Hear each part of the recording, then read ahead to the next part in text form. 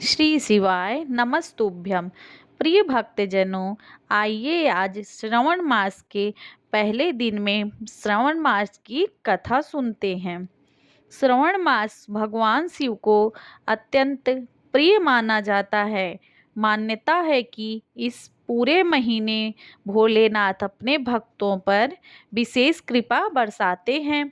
जो भक्त सच्चे मन से शिवलिंग पर जल, दूध और बेलपत्र अर्पित करता है, उसके जीवन के दुख धीरे धीरे दूर होने लगते हैं। पौराणिक कथा के अनुसार जब देवताओं और दानवों ने समुद्र मंथन किया, तब सबसे पहले भयंकर हालाहल विष निकला। उस विष की ज्वाला से पूरा संसार संकट में पड़ गया। तब भगवान शिव ने सभी प्राणियों की रक्षा के लिए उस विष को अपने कंठ में धारण कर लिया। विष के प्रभाव से उनका कंठ नीला पड़ गया। तभी से वे नीलकंठ कहलाए।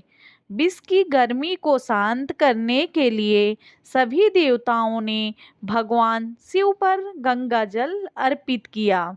इसी घटना के स्मरण में भगवान महीने में इस सावन के शिवलिंग पर जल चढ़ाने की परंपरा चली आ रही है। कहा जाता है कि जल अर्पित करने से भगवान शिव शीघ्र प्रसन्न होते हैं। एक और मान्यता है कि माता पार्वती ने भगवान शिव को पति रूप में पाने के लिए अनेक वर्षों तक कठोर तप किया। उनका तप सफल हुआ और भगवान शिव ने उन्हें अपनी अर्धांगिनी के रूप में स्वीकार किया। इसीलिए सावन का महीना दाम्पत्य सुख, प्रेम और सौभाग्य का भी प्रतीक माना जाता है। इस महीने में अनेक महिलाएं सोमवार का व्रत रखकर भगवान शिव और माता पार्वती की पूजा करती हैं। श्रावण में ओम नमः शिवाय मंत्र का जाप विशेष फलदायी माना गया है। इस मंत्र का श्रद्धा से जाप करने से मन को शांति मिलती है, नकारात्मक विचार दूर होते हैं और जीवन में सकारात्मक ऊर्जा का संचार होता है। कहा जाता है कि भगवान शिव अपने भक्तों की भक्ति देखते हैं, धन दौलत नहीं।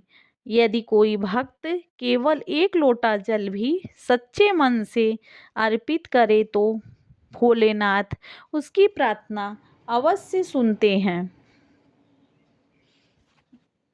इसी कारण उन्हें भोलेनाथ और आशुतोष कहा जाता है, अर्थात जो बहुत जल्दी प्रसन्न हो जाते हैं। श्रवण का प्रत्येक दिन हमें यह संदेश देता है कि जीवन में सत्य, करुणा, सेवा और भक्ति का मार्ग अपनाना चाहिए। भगवान शिव हमें क्रोध पर नियंत्रण, अहंकार का त्याग और सभी प्राणियों के प्रति प्रेम करना सिखाते हैं। आइए इस पावन श्रवण में हम सब मिलकर भगवान शिव का स्मरण करें, उनके चरणों में अपनी श्रद्धा अर्पित करें और प्रार्थना करें कि वे हमें सभी के जीवन में सुख, शांति, स्वास्थ्य और समृद्धि प्रदान करें।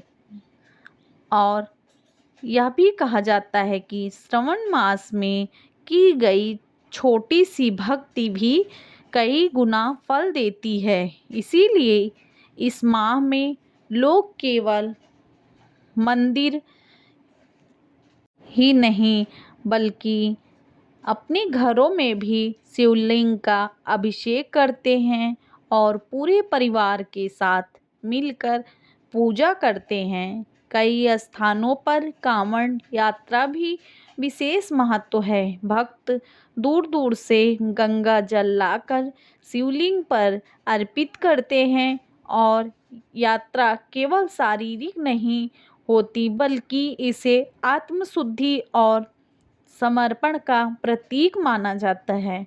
कहा जाता है कि जब भक्त कठिनाइयों के बावजूद श्रद्धा से जल लेकर आता है तो भगवान शिव उसकी हर मनोकामना पूर्ण करते हैं। इसी प्रकार श्रावण मास में हमें यह भी सिखाता है कि सच्ची भक्ति में दिखावा नहीं, बल्कि सच्चे मन की भावना सबसे महत्वपूर्ण होती है। जो व्यक्ति विनम्रता और श्रद्धा के साथ शिव का स्मरण करता है, उसके जीवन में धीरे धीरे सभी बाधाएं समाप्त होने लगती है। कहते हैं कि एक बार एक गरीब भक्त के पास भगवान शिव को चढ़ाने के लिए न दूध था, न फल था, न मिठाई। वह रोज जंगल से एक लोटा साफ जल लाता, कुछ बेलपत्र तोड़ता और पूरे प्रेम से शिवलिंग पर अर्पित कर देता। उसकी सच्ची भक्ति देखकर भगवान शिव अत्यंत प्रसन्न हुए। प्रिय भक्तजनों, अगर यह वीडियो पसंद आए तो कमेंट में हर हर महादेव लिखिए।